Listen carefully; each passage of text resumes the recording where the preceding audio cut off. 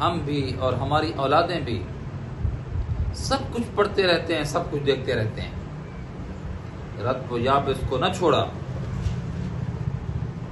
ہر چیز جو آنکھوں کے سامنے آئی پڑھ لی، مطالعہ کر لیا، جو آنکھوں کے سامنے آیا اس کو دیکھ لیا۔ ہماری اولادیں کیا پڑھ رہی ہیں، کیا دیکھ رہی ہیں،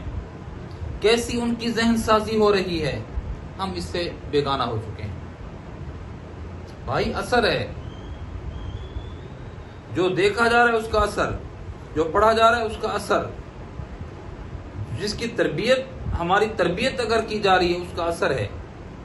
ذہن سازی کی جا رہی ہے اس کا اثر ہے، موٹیویٹ کیا جا رہا ہے، ذہن کو ایک طرف تیار کیا جا رہا ہے، اس کا اپنا اثر ہے۔ وہ حدیث آپ کے سامنے نہیں آئی کہ سیدنا فاروق اعظم رضی اللہ تعالیٰ عنہ تورات کا مطالعہ کر رہے ہیں، اللہ کے نبی صلی اللہ علیہ وسلم تشریف لائے، جب حضور علیہ السلام نے دیکھا کہ عمر تورات کا مطالعہ کر رہے ہیں، تورات عام کتاب نہیں ہے، آسمانی کتاب ہے، فاروق اعظم کو تورات کا مطالعہ کرتے دیکھا، حضور علیہ السلام غصے میں آ گئے، اللہ کے نبی جلال میں آ گئے، لیکن حضرت عمر مطالعہ کیے جا رہے، معلوم ہی نہیں ہوا اللہ کے نبی آئے کھڑے۔ سیدنا فاروق اعظم کو حضرت سیدنا صدیق اکبر رضی اللہ تعالیٰ نے متوجہ کیا، عمر دیکھو اللہ کے نبی صلی اللہ علیہ وسلم تیرے اس عمل کو پسند نہیں کر رہے۔ فوراً حضور علیہ السلام کے جلال کو دیکھ کر فاروق اعظم نے کتاب کو ٹھپ کیا، بند کیا، اور بار بار اللہ کے نبی سے معذرت کرتے رہے۔ حضور علیہ السلام نے جلال میں فرمایا، عمر تم کس کتاب کا مطالعہ کر رہے ہو؟ اگر اس کتاب کا صاحب سیدنا موسیٰ علیہ السلام بھی اب تشریف لے آئیں میری موجودگی میں، تو مجھے چھوڑ کر اگر اس کے پیچھے چلے جاؤ گے تب بھی گمراہ ہو جاؤ گے۔ نبی ہیں بھائی حضرت موسیٰ علیہ السلام،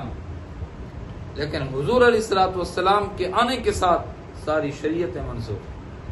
حضور علیہ السلام کی کتاب آنے کے بعد تمام آسمانی کتب کے احکامات منسوخ۔ تورات جو آسمانی کتاب تھی اس کے مطالعے کی وجہ سے ایمان میں خطرہ اور متزلزل ہونے کا ڈر ہے۔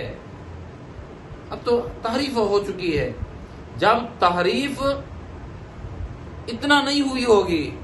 تب حضور علیہ السلام نے منع کیا اور پسند نہیں فرمایا، آج تو کیا کچھ ہو چکا ہے، اور ہم بغیر کچھ سمجھے، بغیر کچھ دیکھے کہ کیا نقصانات ہیں ہم دیکھ بھی رہے ہیں اور مطالعہ بھی کر رہے ہیں۔ ارے اللہ کے بندے، یہ چیزیں ہما قسم کی چیزوں کو دیکھنا اور ہما قسم کی چیزوں کو پڑھنا اور